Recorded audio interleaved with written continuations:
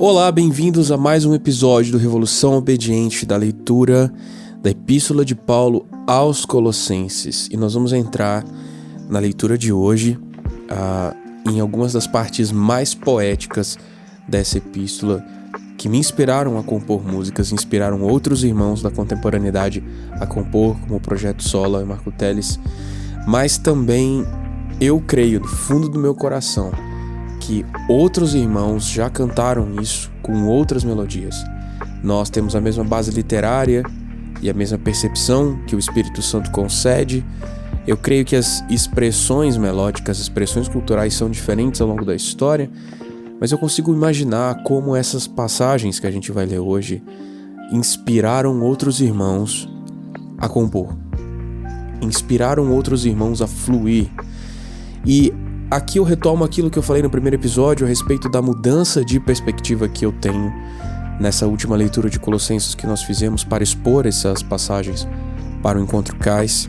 Se você quiser nos seguir no Instagram, é o @EncontroCais. Nós temos cultos todas as sextas-feiras, que são presenciais e também transmitidos. Nós agora estamos expondo Efésios, mas Colossenses foi a nossa exposição anterior. Nós estamos no YouTube também, youtube.com/EncontroCais, onde você pode ouvir as nossas pregações. Ultimamente a gente está um pouco desligado das mídias sociais e não tão, assim, produtivos nesse sentido, mas isso é algo que o Senhor vai restaurar. As passagens que eu gostaria de enfatizar agora, e é onde aconteceu a minha principal mudança de leitura, dos versículos 13 do capítulo 1 em diante. 13, 14, 15, né? E daí em diante. Paulo estava defendendo a fé cristã. E nesse momento eu sinto que Paulo entra num fluxo, ele vai num flow, como a galera fala no rap principalmente, né? O cara entra em um flow, ele começa a fluir uma defesa, uma apologética. E não é algo leve, não, é profundo, e ele tá falando numa sequência muito intensa de verdades muito profundas da Escritura. Então, eu vou tentar aqui colocar as minhas posições, mas há muito pouco do que comentar, porque a passagem é tão bela que a gente até teme poluir o significado dela com as nossas ideias, mas vamos fazer o melhor que nós pudermos para que isso seja enriquecedor, ok? E depois eu quero falar um pouco das composições que eu tive a oportunidade de manifestar. Eu acredito que essas músicas talvez já existissem no coração de Deus e de alguma forma eu fui um veículo para que elas fossem cantadas na nossa realidade perceptível. Enfim, que Deus nos abençoe nessa leitura, que nós sejamos mutuamente edificados, eu daqui, vocês daí, para a glória da graça de Deus. Começando pelo versículo 13, capítulo 1. Colossenses, capítulo 1, versículo 13. Ele nos resgatou do poder das trevas e nos trouxe para o reino de seu Filho amado, que comprou nossa liberdade e perdoou os nossos pecados. Começando pelo versículo 13, quando ele fala de poder das trevas, na Revista e Atualizada ele fala de nos resgatou do império das trevas. Ele usa a palavra império, né? E talvez a palavra império não seja a melhor tradução para a palavra grega exousia, né? E-X-O-U-S-I-A, transliterado é isso. Essa palavra quer dizer poder de influência, né? É uma autoridade, é uma autoridade por influência. Não fala de um governo relacionado a um território ou uma sucessão, nem mesmo ao direito de governar. Ele está falando de uma autoridade, eu acho que a palavra melhor, quando eu leio e eu entendo, é influência mesmo. Nos resgatou de algo que tinha uma forte influência sobre nós, mas que não tinha direito de governar. Não existe na palavra exousia sentido de direito de governar. É um governo por influência, mas não necessariamente é um governo com autoridade legal. É um governo com autoridade de influência. Por que isso é importante? O poder das trevas não é um poder legítimo. É um poder que exerce influência sobre nós, mas que não tem legalidade de nos governar. E que mesmo assim, nós atribuímos a ele poder, nós atribuímos a ele autoridade, quando nós não confiamos em Deus e quando nós estamos debaixo dessa influência das trevas. Mas Cristo nos resgatou de uma influência. Ele nos resgatou do poder que as trevas exerciam sobre nós e nos trouxe para o reino de seu Filho amado. Aqui, reino é a palavra grega basileia. E basileia tem a ver com reino por direito, tem a ver com reino mesmo. Não é uma influência apenas, não é uma autoridade apenas, é um reino constituído, legal e com direito. Essa é a diferença entre essas duas palavras, exousia e basileia. Isso nos leva a entender a diferença entre o reino de Cristo e o reino das trevas. Uma das muitas diferenças entre esses reinos é que um deles tem direito de nos governar. O outro influencia a nossa vida e tem autoridade e poder sobre nós, mas não tem esse direito e é, portanto, um governo corrupto e corruptor, é um governo corrompido e corrompedor. Uma vez que Cristo se estabelece como reino legal sobre nós, não existe mais como a antiga influência nos dominar. Nós somos resgatados de uma influência das trevas e trazidos para um reino que tem poder legítimo sobre nós, que tem direito sobre nós. Ele comprou a nossa liberdade, só que é comprar por resgate. Isso é redenção. Redenção é comprar de volta algo que era seu, mas mesmo assim você paga por aquilo, você resgata aquilo. Cristo comprou a nossa liberdade por um resgate, ele nos tirou de uma influência. Nós tínhamos sido capturados, levados cativos para uma influência que não tinha direito sobre nós, mas agora nós estamos debaixo do reino do Rei legítimo que é Jesus. Isso me faz pensar quão inapropriado é nós nos colocarmos outra vez debaixo de governos e debaixo de poderes, debaixo de vícios, debaixo de escravidão, sendo que nós já somos livres, nós somos resgatados para uma liberdade, fomos tirados de uma influência ilegítima, colocados num reino legítimo, e nós às vezes nos permitimos escravizar outra vez e nos submeter à influência outra vez. Não faça isso. Se você é livre e está debaixo do Rei Jesus, você está num reino de liberdade. Continuando a leitura, versículo 15, o subtítulo é Cristo é Supremo. O Filho é a imagem do Deus invisível e é supremo sobre toda a criação. Pois por meio dele todas as coisas foram criadas, tanto nos céus como na terra.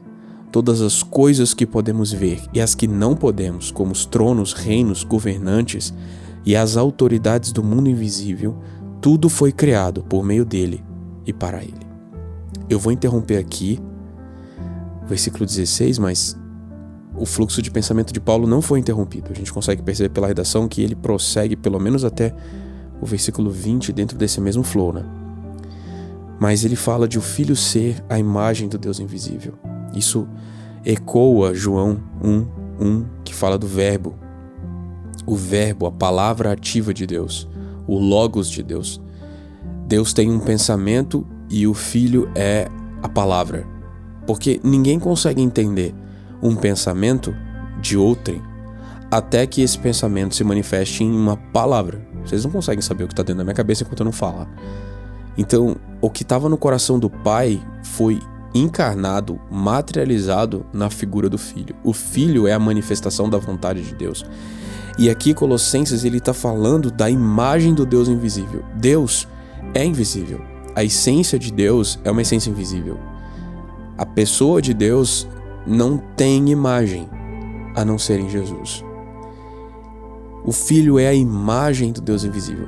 Imagem é um conceito muito mais importante na Escritura do que nós pensamos. E pelo fato de eu ser designer gráfico, de eu trabalhar com produção de vídeo e trabalhar com imagem, eu entendo esse conceito e falei um pouco disso em algumas palestras, tanto no CAIS quanto em outros lugares, de como a imagem é a materialização, é a manifestação de um sentimento, e Cristo é a expressão de Deus. Cristo é a manifestação de Deus. Se você quer entender quem Deus é, você deve olhar para Jesus. Jesus é a imagem perfeita de Deus. Aquilo que se pode entender de Deus é o que Jesus é, fala e faz. Deus se torna conhecido em Jesus. E Ele é supremo sobre a criação. Por meio dele, todas as coisas foram criadas. É porque Cristo é a palavra. E a palavra de Deus é o que traz existência, o que não existe. Quando a gente vai olhar para Gênesis, a gente vê o processo criativo de Deus acontecendo por meio do falar. Quando Deus fala, as coisas existem. E João 1 vai dizer para nós que o Filho é o verbo de Deus. Ele é a palavra de Deus. Ele é a força ativa expressada por meio de palavra. E continuando, tanto nos céus como na terra, as coisas que podemos ver e as que não podemos. Céus e terra aqui, não necessariamente ele está falando de os céus, a atmosfera, e a terra, o lugar em que a gente pisa. Não. Céus e terra como as duas esferas de existência. Assim como em Gênesis 1, a gente também pode entender isso. No princípio criou Deus céus e terra. Não necessariamente céus e terra no sentido de atmosfera e parte pisável, digamos assim, terra sólida, os continentes, mas céu como sendo as realidades espirituais nas quais Deus habita, nas quais o mundo espiritual e invisível para nós existe e se expressa, e terra como sendo a nossa realidade visível, tangível, submetida ao tempo linear. Céus e terra foram criados por meio de Cristo. Ele fala de coisas que podemos ver e as que não podemos, como os tronos, reinos, governantes e as autoridades do mundo invisível. Se você comparar a NVT com a RA, na RA ele fala de nos céus e sobre a terra, as visíveis e as invisíveis, sejam tronos, sejam soberanias, quer principados, quer potestades. Tudo foi criado por meio dele e para ele. Essa classificação aqui, tronos, soberanias, principados e potestades, talvez não seja uma lista exaustiva, mas é algum tipo de divisão, talvez, de poderes do mundo invisível, de funções do mundo invisível. Paulo não está querendo aqui nos fazer meditar sobre quais sejam as hierarquias do mundo invisível, até porque esse conceito de principados e potestades pode estar se referindo a tudo que exerce autoridade, inclusive aquilo que exerce autoridade no mundo visível, como os reis e etc. Mas aqui, nessa passagem, pela menção de mundo visível e mundo invisível, ele está se referindo aos poderes que atuam sobre a criação, mas que são poderes invisíveis. Anjos e etc., por exemplo. Isso vai ser muito significativo quando Paulo for falar de... Lá no capítulo 2, ele vai falar de aqueles que voltam a se submeter às forças rudimentares da natureza, né? Que incluem essas autoridades aqui. Mas a gente vai deixar para falar disso quando a gente chegar no capítulo 2. Aqui o que ele está falando, que todos os poderes que existem do mundo visível e do mundo invisível estão submetidos a Jesus porque eles foram criados por meio de Jesus. Ele existia antes de todas as coisas e mantém tudo em harmonia. Cara, Jesus é a pauta sobre a qual Deus escreve a canção do universo. Sabe, é brilhante essa descrição de Cristo. Cristo é o eixo em torno do qual todas as coisas se agrupam de maneira harmônica. Eu fico imaginando aqui talvez um modelo de sistema solar mesmo, que Cristo, como centro gravitacional do Sol, né, faz todas as coisas girarem em suas órbitas de maneira harmônica e sincrônica. Cristo é o centro de todas as coisas na teologia paulina, e na nossa vida ele tem que ser esse trono primeiro, do qual tudo depende, em torno do qual tudo gira. Paulo está colocando Jesus nessa posição, que é a posição de direito, que é de acima de tudo, no centro de tudo. Cristo no centro e no alto. A vida cristã, despida disso, ela se torna idólatra. Quando Cristo é tirado do centro, quando ele não é o nome mais mencionado, quando as coisas passam a gravitar em torno de outras ideias e de outros conceitos, isso é confusão, isso é uma igreja perdendo o seu primeiro amor, isso é um cristão abandonando a pureza da sua fé.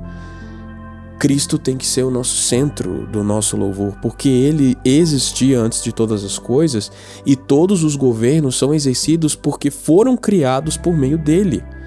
E ele continua falando e trazendo isso para a realidade da igreja. Ele é a cabeça do corpo, que é a igreja. Ele é o princípio, é o supremo sobre os que ressuscitam dos mortos. Portanto, ele é o primeiro em tudo. Então, ele fala de Cristo como o primeiro da criação, mas também que ele é o primeiro da nova criação. Ele é o primeiro que ressuscitou dos mortos. Deus inicia todas as coisas na criação de Gênesis usando a palavra que nós vemos em João, que Jesus é a palavra. E ele também inicia a nova criação através de Cristo, que é o último Adão. Nós somos novas criaturas porque nós estamos em Cristo, e em Cristo nós somos novas criação. E nós estamos nessa ressurreição, somos ressuscitados com ele porque ele é o primeiro a ressuscitar dos mortos. Portanto, ele lidera a nova criação de Deus.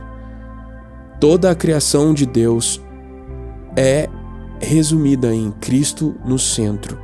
E no alto, nós olhamos para Cristo para viver a nossa nova vida, porque ele iniciou essa nova vida. Percebe como é Paulo defendendo a centralidade de Cristo, a supremacia de Cristo, a centralidade de Cristo, o poder de Cristo, a glória de Cristo? Ele é o primeiro em tudo. Pois foi do agrado do Pai que toda a plenitude habitasse no Filho. A plenitude. Há um conceito importante em Colossenses, que é a plenitude. Aquilo que satisfaz todas as condições, aquilo que satisfaz a todos, aquilo que agrada a Deus e aos homens, aquilo que é a perfeição, aquilo que é a completude, pleroma, é a plenitude. E essa plenitude habita no Filho. O Filho é completo, é perfeito. Cristo, nada lhe falta, nada lhe sobra. Cristo é completo. E isso foi algo que o Pai determinou, foi do agrado do Pai. Isso agrada ao Pai. O Pai fez do Filho essa plenitude. Só que agora vem a parte que nos toca. Por meio dele, o Pai reconciliou consigo mesmo todas as coisas. E por meio dele o Pai reconciliou consigo todas as coisas. Desde a queda, a criação está em revolta contra o homem. Existe um desgoverno na criação. Esses principados, essas potestades, não conseguem trazer harmonia para a criação. O homem está em guerra consigo mesmo, o homem está em guerra com Deus, o homem está em guerra com o próprio homem. A criação está em guerra. Os poderes estão confusos, as autoridades estão girando como sem um centro. Você imagina se a gravidade de repente falhasse de alguma forma no Sol, e aí todas as órbitas vão pro espaço, né? Perdão pelo trocadilho. Mas todas as órbitas se desarranjam e a sinfonia do universo passa a tocar de maneira completamente desarranjada. Isso é o que acontece quando Cristo é tirado do governo de uma vida, de uma igreja, de uma sociedade, é o desarranjo completo. E enquanto Cristo não reconcilia as coisas, cada um faz o que quer e como quer, e isso leva a um caos completo. A um completo desarranjo de todas as coisas.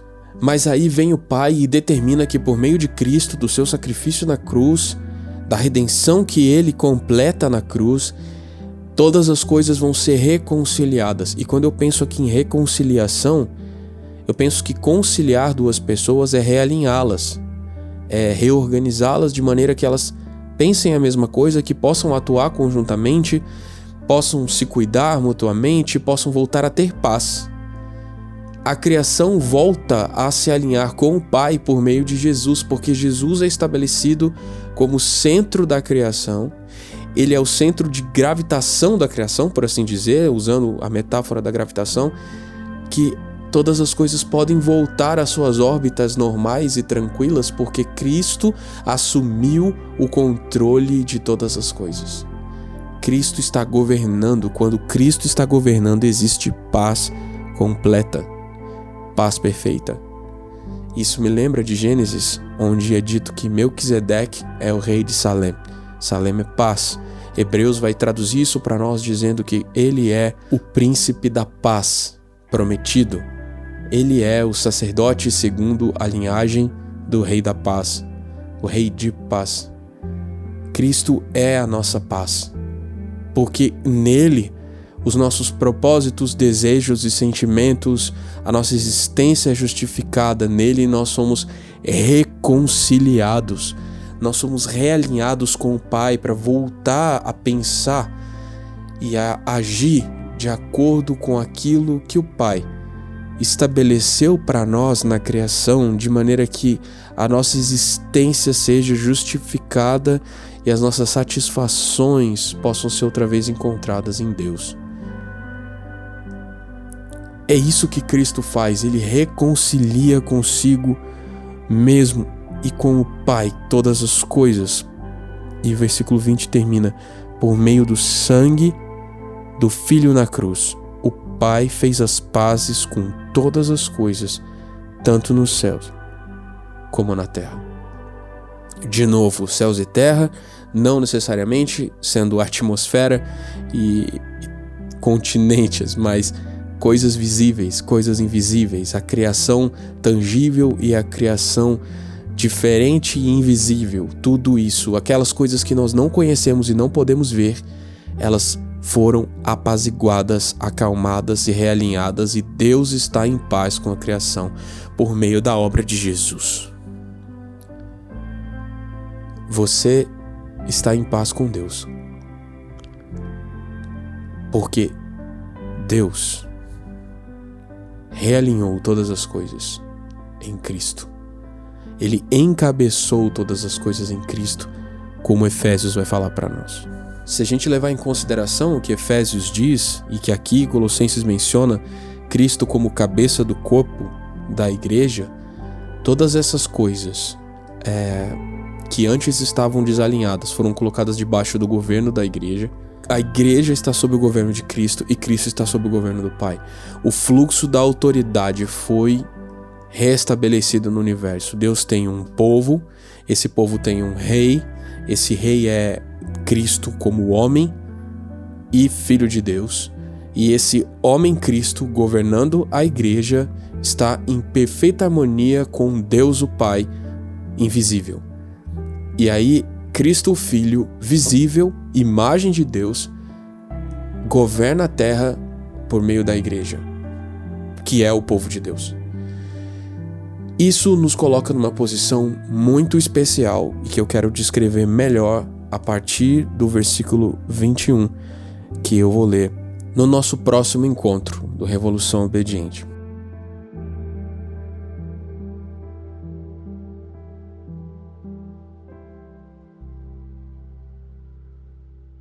Para encerrar, eu queria falar que nós temos uma música que é Colossenses capítulo 1, versículo 15 ao versículo 19. Essa é uma música muito divertida, muito rica de cantar. Preciso encontrar se eu tenho gravações dela em algum lugar, mas é uma música que a gente gosta muito, a gente tem muita alegria de proclamar essa autoridade, esse senhorio de Cristo, cantando essa canção. A outra é constituída dos versículos 14, 13 e 14 e depois o 20.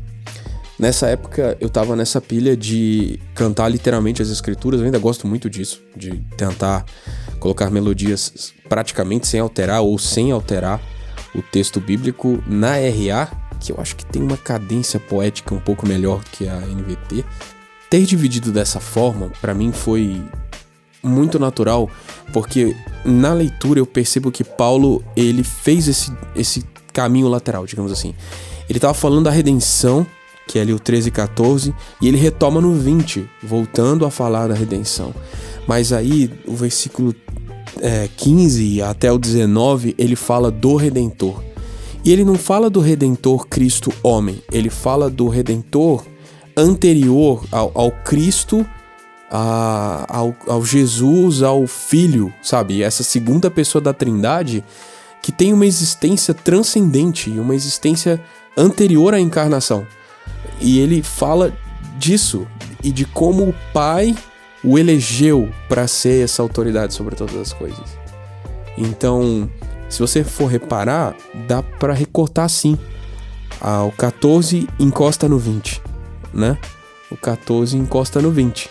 Mas o 15 até o 19 é um cântico dentro da história da redenção, mencionando somente o Redentor, né? Eu acho muito legal isso.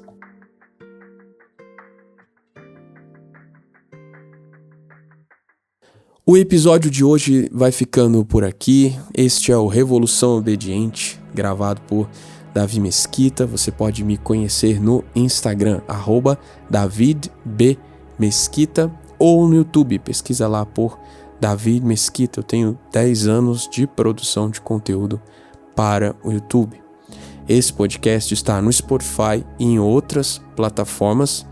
Se você tiver na sua plataforma de preferência algum mecanismo de classificação, lembra lá de me dar a sua notinha, suas 5 estrelinhas. Isso ajuda o nosso podcast a ser divulgado para mais pessoas. Se nessa plataforma, como por exemplo no Spotify, tem a possibilidade de você ativar notificações, você sempre vai ficar sabendo assim que o episódio sair.